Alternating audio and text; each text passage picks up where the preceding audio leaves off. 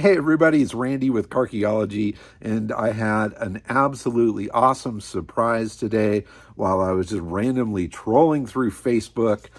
Boom, I see an article on the Hot Rod magazine feed of the hot rod that I've got right here in the lab. Now, ever since I was a little kid, I have wanted a hot rod. And last year when I came across this amazing 29 Ford, I had the ability, I had the opportunity to make this thing mine, and I pulled the trigger. What I didn't know at the time was that the history of the car was a super interesting one. I always wanted a traditional hot rod, something that looks like it was done way back in the day, and this one definitely fit that bill.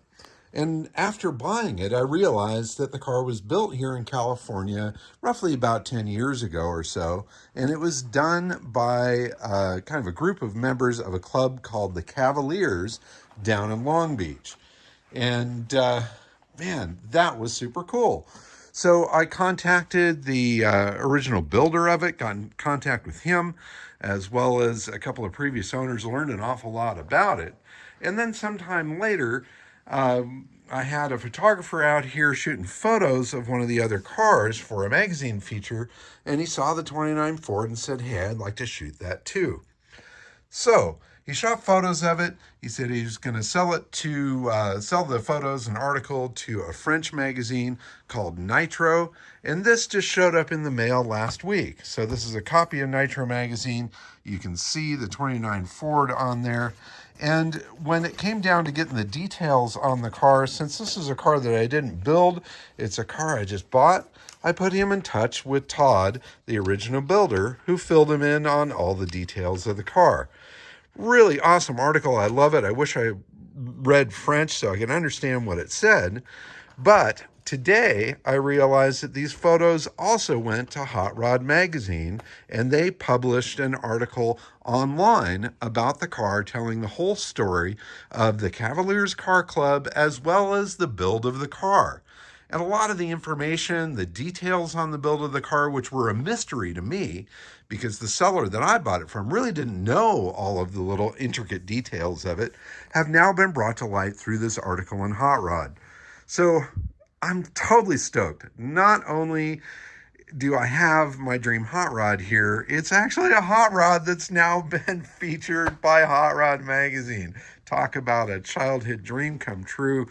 I'm really, really super excited today, and I can't wait to take this thing out this weekend and play with it. There's an event coming up in Temecula, California this Saturday called Ramble on the Ranch. It's a fantastic hot rod custom car scene, and I will be bringing Mr. Toad, as I call it, Mr. Toad's Wild Ride down there to be a part of that.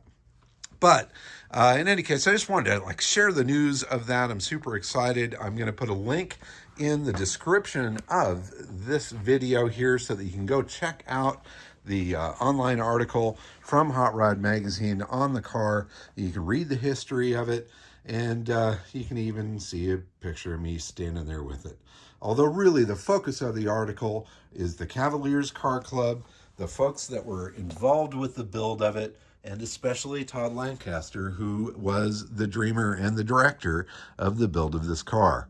Definitely done to period specs, just the way I love it, and I could not be more excited to have it now here in my collection, especially after seeing the press come out on that.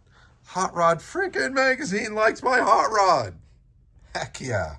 Thanks so much for watching, everybody. Keep on digging them up and driving them. And this one I'm going to drive here very shortly. Thanks for watching. Bye-bye.